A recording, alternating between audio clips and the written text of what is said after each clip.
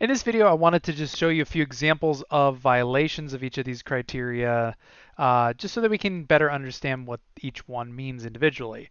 Um, so in the last video, I talked about what each of these meant, but let's go ahead and look for an example of a violation of the majority criteria. Actually, when we did the plurality method for the class president, this was an example of the violation of the majority criterion, because we concluded that art was the winner, right? But art did not have a majority of the votes, so it's very easy violation, right? If they don't have a majority of the vote, that that was still our determination based on the plurality method, but it's not fair based on that particular criterion. So that would be a violation. And this is also a violation of the Condorcet criterion because Kathy, as we calculated, was a Condorcet candidate in this election, and she did not win. We selected someone else. So that's a couple easy ones. But to see examples of the the other two criteria, the monotonicity criterion and the independence of irrelevant alternatives criterion, let's look. I made a couple examples here to help see that. So but basically, let's just read through the example from the packet, and we'll see if this, we'll try to figure out which of the violations this demonstrates. So it says on the left, it says who wins the following election using plurality with elimination, or right, how would the outcome change if the last column changes their preferences between A and C? So notice over here, we have pretty much the same data, but in this column, these two voters have A, C, B ranked in that order.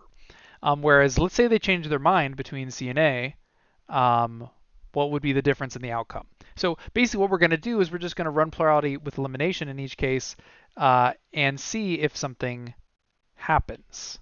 And it's kind of hard to see the violation until you have done the comparison. So if we're doing plurality with elimination, so we start off by doing plurality, so first place votes matter, but we're going to eliminate the weakest candidate. So A has 9, B has 8, C has 10. So B would be first to be eliminated. This one's pretty easy because there's a lot less data. And those 8 votes would shift from B to C. And this would give us a final tally of C with 18 votes and A with 9 votes. Cool. So what changes if we move it around? So let's look at this data. And remember, notice that everything else was the same. The only thing that happened was C was moved in front of A.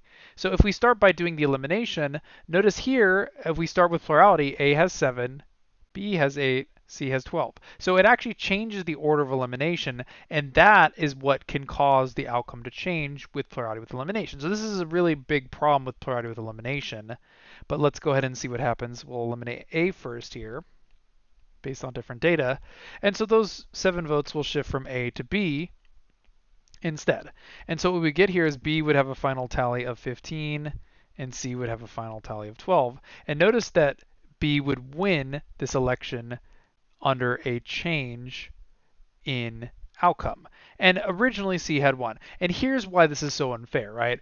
Is that in the original example, C won the election. They would have been elected. Cool, awesome. And over here, C was actually moved higher in the ballot of those two people.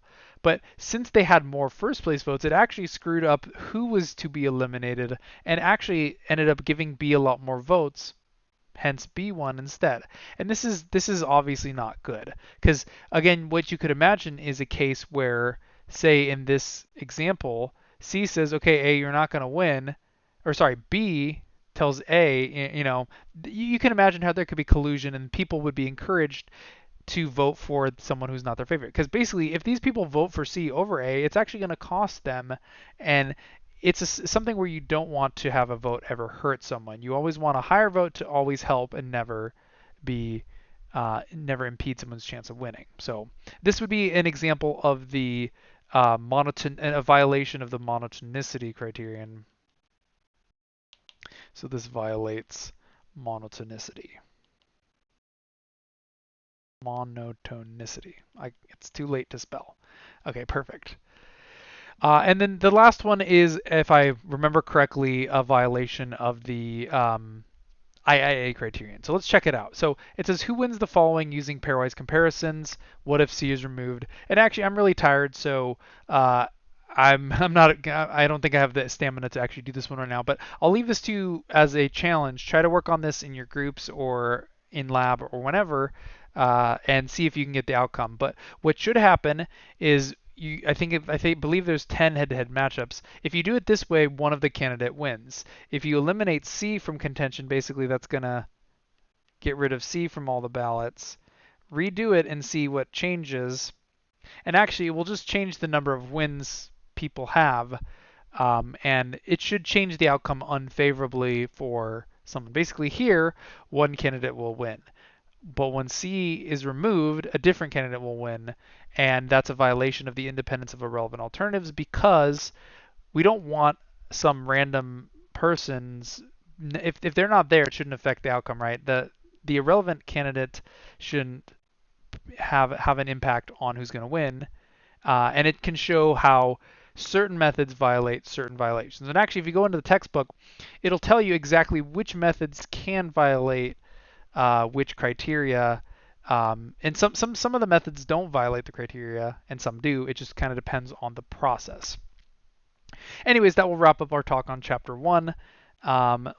See you guys in lab or in Zoom or whenever. Hope you all are doing well and staying healthy.